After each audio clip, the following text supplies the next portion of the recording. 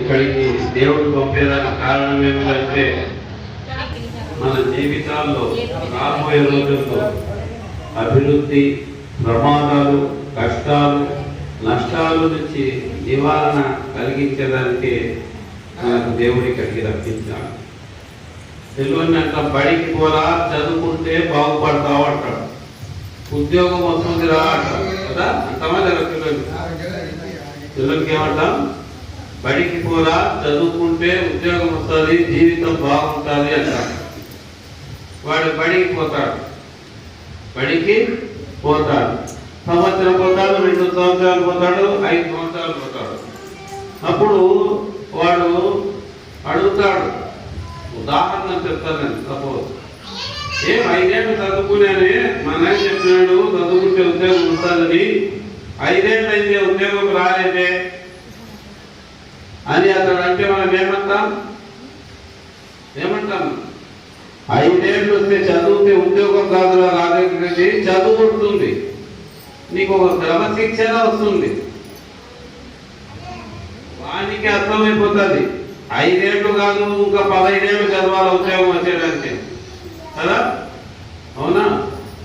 అదే విధంగా మనం ఇక్కడికి వస్తే మనకు అర్థమైపోతుంది మన కర్మలు తెగేదానికి కొద్దిగా రోజులు పడతాయి అని. ఇక్కడ ఉండేటోళ్ళంతా చెప్తా అంటారు ఏమని, నేను బాబా దగ్గరికి వచ్చి నా పనులు అయిపోయినాయి, నా సమస్యలు తిరిగిపోయినాయి. ఇప్పుడు అనంతపురం నుంచి అమ్మాయి ఫోన్ చేసింది, స్వామి ఉద్యోగం వచ్చింది అని. అట్లా వచ్చిన వాళ్ళ మాటలు వింటుంటాం మనం. విని మనలో ఒక నూతన ఉత్సాహం వస్తుంటుంది. వానికి ఉద్యోగం వచ్చింది, వీరికి ఉద్యోగం వచ్చింది, మనకు వస్తుంది. అతని సమస్యలు పోయినాయి, ఇతని సమస్యలు పోయినాయి, మన సమస్యలు పోతాయి. మీకు మొదటి నుండి ఒకే విషయాన్ని నేను గుర్తు చేసుకుంటాను. మనిషి బాగుపడేది అనే ఆలోచనలతోనే, చెడిపోయేది అనే ఆలోచనలతోనే. ఆ ఆలోచనలు మనం చేసే స్నేహాన్ని బట్టి ఉంటాయి. గురువుల సాంగత్యంలో వస్తే మనకు అభివృద్ధి కలిగే ఆలోచనలు వస్తాయి. ఎలా వస్తాయి? ఆ దేవుడు ఇస్తాడు. మనకు చెడు సవాసం చేస్తే చెడిపోయే ఆలోచనలు వస్తాయి. ఎవరిస్తారు? దేవుడు ఇస్తారు. ఇది బాహ్యం. దీని అంతరార్థమేమి అంటే గౌరవించేది దేవుడే, అవమానపరిచేది దేవుడే. చూసినారా? మనం ఇప్పుడు రాముని అవమానం ఎవరు పరిచారు? దేవుడే అడిగి పంపించినాడు. సీతను అపహరించేటట్టు చేసినాడు. మళ్ళా రామునే రాజు చేసినాడు. అంటే అవమానాల తర్వాత, కష్టాల తర్వాత మళ్ళా సుఖాలు ఉంటాయి అనే విషయాన్ని మనకు మన ధర్మశాస్త్రాలు బోధిస్తున్నాయి. కాబట్టి మనకు వచ్చే కష్టం, మనకు వచ్చే నష్టం, మనకు వచ్చే బాధ, ఇది అభివృద్ధికి రాబోయే రోజుల్లో మనకు ఒక గమ్యాన్ని చేస్తే ఫలం మాదిరిగా ఉంటుందే తప్ప భక్తుడు బాధపడడు, భయపడడు. మనం ఎంతో మంది విషయాలు వింటున్నాం. గుల్బర్గా షరీఫ్ గురు తాజా గరీబు నమాజ్ కథ వింటుంటాం మనం. కథ కాదు, చరిత్ర సత్యం. ఆయన ఇరాక్ దెహ్లవీ రహ్మతుల్లాహి ఢిల్లీలో గురువు దగ్గర శిష్యరికం చేసినాక ఆ గురువు ఏం చేసినాడు? అతని గురుత్వం ఇచ్చి, నువ్వు ధర్మ ప్రచారం చేయగలనా? కష్టాలు ఉండేటోళ్లకు, బాధల్లో ఉండేటోళ్లకు, రోగాలు ఉండేటోళ్లకు ప్రార్థన చేసి వాళ్ళను సుసంతులను చేసి, ఆరోగ్యవంతులు చేసి, వాళ్ళ బాధలు తొలగించి వాళ్ళ ఇంట్లో అభివృద్ధి వచ్చేటట్టు వచ్చి అని ఆయనకు వాగ్దానం పంపిస్తే ఏమైంది? ఆయన ఎక్కడికి వచ్చాడు? భూపాల్కి వచ్చారు. భూపాల్కి వచ్చినప్పుడు ఇక్కడ దక్షిణ భారతదేశంలో దక్కన్ పీఠభూమి అంటారు. దక్కన్ పీఠభూమి అంటే హైదరాబాద్, గుల్బర్గా, అహ్మద్నగర్, గోల్కొండ, నుంచి బీజాపూర్, ఈ 5 వచ్చేసి దక్కన్ పీఠభూమి అంటారు దీన్ని అప్పటి కాలంలో. ఈ 5 దానికి రాజులు అన్నారు. వీళ్ళు 5 మందికి ఒక రాజు ఉన్నాడు. ఆ రాజు మహాబలవంతుడు. అతనికి సైన్యంలో గజబలం ఎక్కువ, అంటే ఏలియ బలం ఎక్కువ. వీళ్ళ దగ్గర ఉండేది గుర్రాలే, వీళ్ళ దగ్గర గుర్రాలు, వాళ్ళ దగ్గర ఏలియలు. ఒక తూరి తుంగభద్రానాథ్ దగ్గర యుద్ధం జరుగుతుంది. యుద్ధం జరిగినప్పుడు వీళ్ళు ఓడిపోతారు. బీజాపూర్లో ఓడిపోయి తుంగభద్రా నదిలో చాలా మంది మునిగిపోతారు. వీళ్ళు ఆలోచిస్తారు నా రాజుని గెలిచాలని. కానీ ఆ రాజు చాలా బలవంతుడు. ఆ రాజు గెలిచాలని బయలుదేరుతాడు సైన్యం. అప్పుడు వీళ్ళకి భయం పుట్టుకుంటుంది. అతన్ని మనం గెలవలేము, ఎందుకంటే ఆ ఏనిగల ఈ కాలం ముందు ఈ గుర్రాలు నిలబడవు, మన గుర్రాలే మనం తొక్కుతున్నాయి. ఏం చేయాలని ఆలోచించినారు. ఆ సభలో ఉండే గురువులు కలిసి ఒక సలహా ఇచ్చినారు. అయ్యా, అతనితో మానవ బలంతో మనం గెలవలేము. ఇప్పుడు మనకు దైవ సహాయం కావాలి.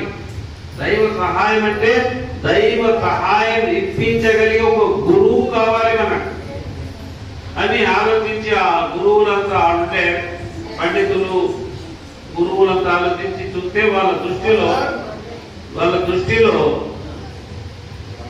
దక్కన్ అంటే భూపాల్ వచ్చినాడు.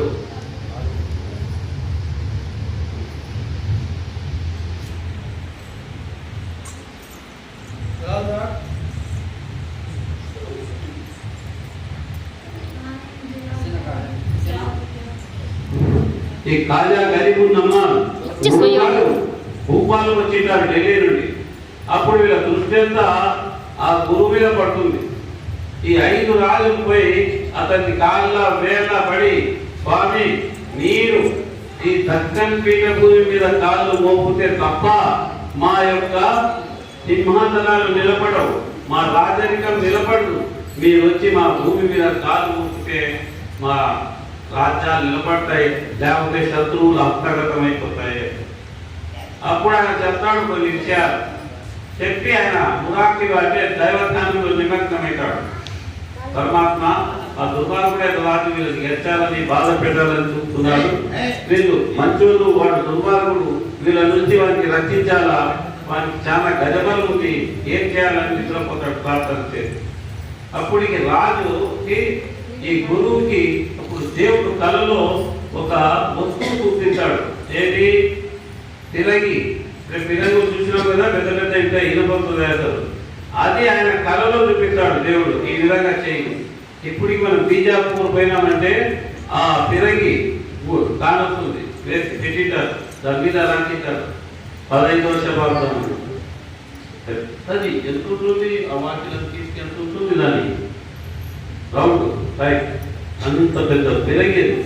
అది ఎంత ఆ నుంచి బీజాపూర్ నుంచి ఆడికి ఎంత దూరం, దగ్గర 200 కిలోమీటర్లు ఎంత తీసుకుపోయినా అనిపిస్తుంది. ఆడ యుద్ధం మొదలవుతుంది. అప్పుడు ఆ గురువు గారు చెప్తారు, నీకు అవసరం వచ్చి ఉండింది యుద్ధంలో ఇది ఉపయోగించండి, మీరు గెలుస్తారు అంట.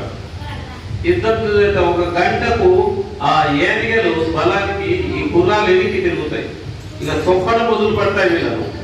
ఇక సైన్యం ఎనికి పరిగెత్తడం మొదలుపెడుతుంది. అప్పుడు పరిగెత్త వాళ్ళలో ఒకడు ఆలోచిస్తాడని, మనం చెట్ల తట్న పెరిగి పెట్టినాము, గురుగారు కాలు ఉపయోగించమన్నాను, దాన్ని మనం ఉపయోగించలేదు, అందుకే మనకి కొంచెం నష్టం వచ్చింది అని వాడు నిలబడి దాన్ని అంటిస్తాడు.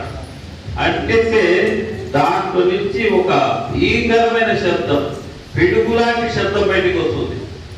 ఆ శబ్దానికి ఆ ఏనిగలు ముందుకొచ్చి ఎనికి తిరుగుతాయి. ఏనిగలు ఎనికి తిరిగి వాళ్ళనే తొక్కడం మొదలు పెడతాయి.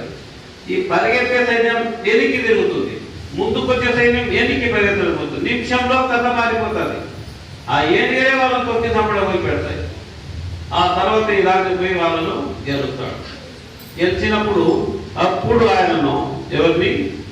ఆ గుల్బర్గా స్వామిని తీసుకొచ్చి గుల్బర్గాలో బీజాపూర్ నుంచి గుల్బర్గాలో తీసుకొచ్చి ఆయన పెద్ద దర్గా ఆశ్రమం కట్టి ఆయన కావాల్సిన వసతులు చేసి ఆయన దీవెన తీసుకుంటారు. చూసినారా? గురువు గారు వస్తే సింహాసనాలు నిలబడిపోయినాయి. దగ్గర మళ్ళా 200 సంవత్సరాలు రాజ్యపాలన చేసినారు. కానీ ఆ తర్వాత వచ్చిన వాళ్ళ సంతానం తాగుబోతులు దుర్మార్గులు అయిపోయినారు. దుర్మార్గులు అయితే అప్పుడు బ్రిటిష్ వాళ్ళు వచ్చి వీళ్ళను లాక్కున్నారు. ఆయన స్టోరీ మనము చరిత్ర చదివితే తెలుస్తుంది. అదే మరిగా ఈయన ఎంత త్యాగం చేశారు తెలుసా? ఆయన గురువు దగ్గర చిరాగ్ దేహవీరంతులాల దగ్గర ఆయనకు జేతు దరాస్ అని పిలుసు. జేతు దరాస్ అంటే పొడుకూటి వెంట్రుకలు కలిగిన వాడు. ఆ పేరు ఎవరు పెట్టారు? వాళ్ళ గురువు పెట్టాడు. ఒకరోజు పల్లకి పోస్తాడు, అప్పుడు కాకిలాంటి పల్లకులు పోస్తాడు. ఆ పల్లకిలో ఈయన ఎంటలు పొడుకూటి వెంట్రుకలకు దండపడి ఆ మేనలో అది ఎనికి ముందుకు పోతుంటే ఊడిపోయి రక్తం కారణం మొదలు పెడతారు. అప్పుడు చూసి అయినా ఆయన పల్లకి తిప్పలే. గమ్యం గురువుగారి ఇంట్లో చేరేంత వరకు పోయినాడు. గురువుగారి ఇంటికాడ తిప్పి చూసి గురువుగారు చూస్తున్నారు. అతను గురువుగారు చూస్తున్నాడు. వీడేమంటాడు? ఏమన్నా గమ్మనున్నాడు. తర్వాత పల్లకి దిగిన తర్వాత గురువు కాళ్ళకు ఆయన గమ్మన్నాడు. 2వ ముందు పెట్టాడు కాలికి, గమ్మన్నాడు. 3వ ముందు పెట్టబోయి రే ఆగు అన్నాడు. గట్టిగా అన్నాడు. ఆగు. ఏపుదరా ఆగు అన్నాడు. ఏపుదరా అంటే కొడుకుంటే ఏంటి కలవాడు. ఆగు అన్నాడు గట్టిగా. ఆగి ఆయన ఆగిపోయినాడు అన్నమాట. అప్పుడు శిష్యులంతా అడిగినారు, ఏమయ్యా 2 తూర్లు ముందు పెట్టి గమ్మన్నాడు, 3వ తూర్లు ముందు పెట్టకపోతే గట్టిగా అరిచినాడు ఆగుని, ఏ విషయం అన్నాడు. అప్పుడు ఆయన చెప్తాడు, ఎవరు? ఏపుదరా గుల్బర్గా గురువు. నేను మొదటి తూరి గురువు గారి కాలు ముందు పెట్టినప్పుడు నాకు భూమిలో ఉండే సమస్త రహస్యాలు కానొచ్చినాయి. ఏది?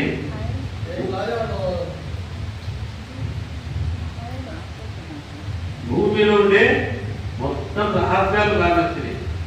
2వ తూరి ముందు పెట్టినప్పుడు ఆకాశంలో నిక్షేప్తమైన జ్యోతులన్నీ కానొచ్చినాయి.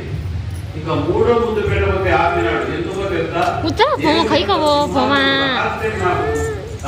టైం వచ్చిందని గురువు గారు ఆపినారు. టైం రాలేదు. ఎప్పుడు వచ్చి జరిగింది?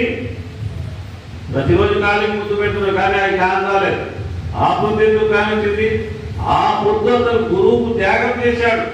అంత నొప్పిని భరించి సహనం వహించినాడు కాబట్టి గురువు గారు అతనికి ఆ దివ్యమైన దర్శనం చేయించారు. కాబట్టి మనము ఆ గురువులను అనుసంధానం చేసి ఆ గురువుల ద్వారా మనము అన్ని పొందాలి. ఉంది అంటే అన్నీ ఉన్నాయి, లేవంటే ఏమీ లేవు. కాబట్టి సుఖంగా బతకాలి, తృప్తిగా బతకాలి అంటే మనకు ఒక రక్షకుడు అవసరం. ఆ రక్షకుడే గురువు దత్తగిరి స్వామి వారు. ఆయన ఎల్ల వేళలా మనకు రక్షణగా ఉంటాడు, ఎల్ల వేళ మనము కాపాడుకుంటాడు. కాబట్టి మనం ఆ గురువు దత్తగిరి స్వామి వారిని అనుసంధానం చేసి ఆయన ద్వారా మనము అన్ని పొందేవాళ్ళం. అయితే మాల కాబట్టి ఇప్పుడు ప్రశాంతంగా నిద్రపోండి. ఇప్పుడు